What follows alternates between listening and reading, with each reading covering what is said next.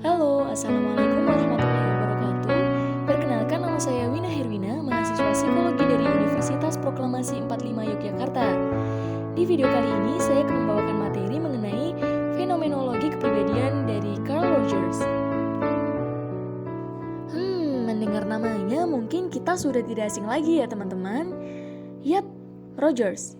Rogers dilahirkan pada tanggal 8 Januari 1902 di Oak Park, Illinois, pinggiran kota Chicago.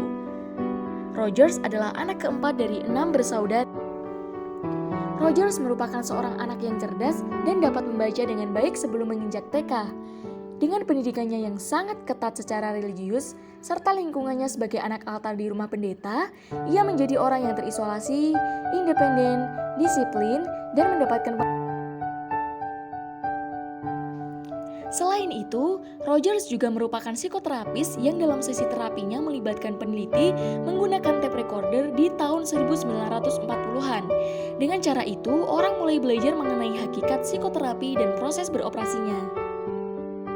Nah, mungkin teman-teman masih ada yang asing dengan kata fenomenologi. Fenomenologi adalah ilmu dalam bidang filsafat yang mempelajari manusia sebagai sebuah fenomena.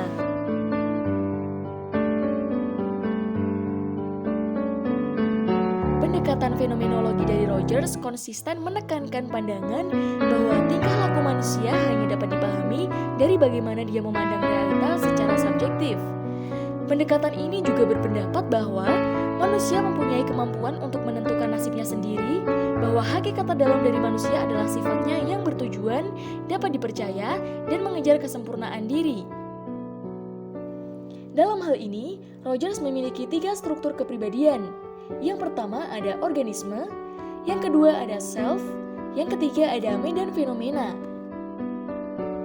Rogers mendefinisikan organisme menjadi 3 makna.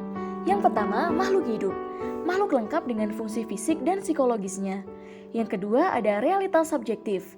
Realita adalah persepsi yang sifatnya subjektif, bukan fakta benar atau salah. Realitas subjektif seperti itulah yang membentuk tingkah laku. Dan yang ketiga ada holisme. Organisme adalah kesatuan sistem sehingga perubahan pada satu bagian akan mempengaruhi yang lain.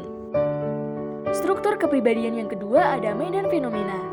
Medan fenomena adalah seluruh pengalaman yang dialami manusia, baik yang bersifat internal mengenai diri sendiri maupun yang bersifat eksternal atau dari dunia luar, yang disadari maupun yang tidak disadari. Struktur kepribadian yang ketiga ada self.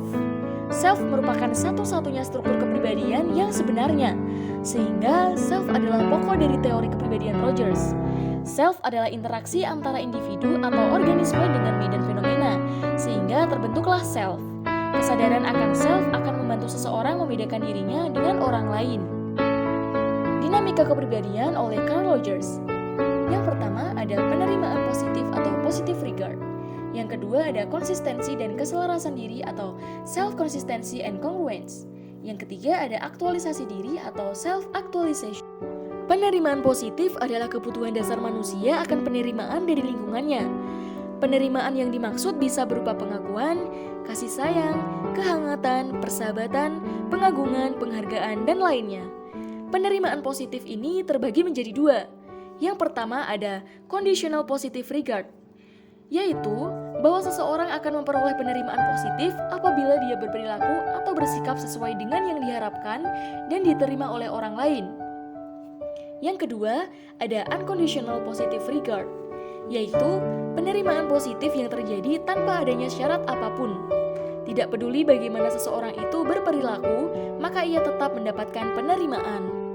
Dinamika kepribadian yang kedua ada penerimaan konsistensi dan keselarasan diri, yaitu dinamika kepribadian seseorang yang senantiasa berupaya untuk mempertahankan konsistensi antara persepsi diri atau self-perception dan juga kesesuaian antara persepsi tersebut dengan pengalamannya.